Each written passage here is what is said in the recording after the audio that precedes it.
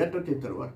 திருப்பதி என்னால் போக முடியல சார், நான் வெளியில் இருக்கேன் அப்படின்னா, இந்த மலையோடு சேர்ந்த பெருமாள் இருக்கும். சில பேர் தனியாக பெருமாள் இருப்பார், அல்லது பின்னாடி பேக்ரவுண்டில் ஒரு மலை இருக்கும், ஃப்ரண்ட்டில் பெருமாள் லக்ஷ்மியோடு இருப்பார், அல்லது பத்மாவதி தாயாரோடு இருப்பார்.